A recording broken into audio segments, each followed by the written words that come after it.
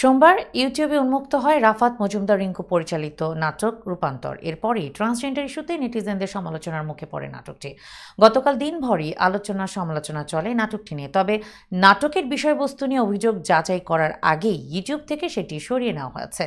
জানা যায়, নাটকটির প্রধান চরিত্রে অভিনয় করেছেন ফারহান আহমেদ জোবান। এর গল্পটি মূলত একজন তরুণ চিত্রশিল্পীকে কেন্দ্র করে, যিনি শৈশবে ট্রেন দুর্ঘটনায় হারিয়েছেন পরিবারের সদস্যদের।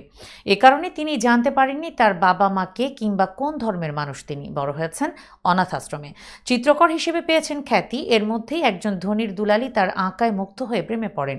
বিয়ের জন্য পারিবারিকভাবে প্রস্তাব দেওয়া হয় এই শিল্পীকে, কিন্তু তিনি সাফ জানিয়ে দেন তাকে দিয়ে সেটি সম্ভব নয়। এরপর তার চিকিৎসকের মাধ্যমে জানা যায় তিনি আসলে একটি হরমোনজনিত বিরল জটিলতায় ভুগছেন। দেখতে পুরুষের মতো হলেও ঘটনা ভিন্ন। নাটকটির গল্প এমন হলেও দর্শকদের অভিযোগ, এই নাটকের মাধ্যমে সংশ্লিষ্টরা দেশে ট্রান্সজেন্ডার সংস্কৃতি প্রচার করছে। বিষয়টি নিয়ে গণমাধ্যমে নির্মাতা রাফাত মজুমদার রিংকু বলেন, আমি কোনো এজেন্ডা বাস্তবায়ন করতে আসিনি। আমি আসলে একজন একা মানুষের গল্প বলতে চেয়েছি। এ ধরনের ঘটনা কিন্তু আমাদের চারপাশে ঘটে। এটা হরমোনজনিত শারীরিক ঘটনা।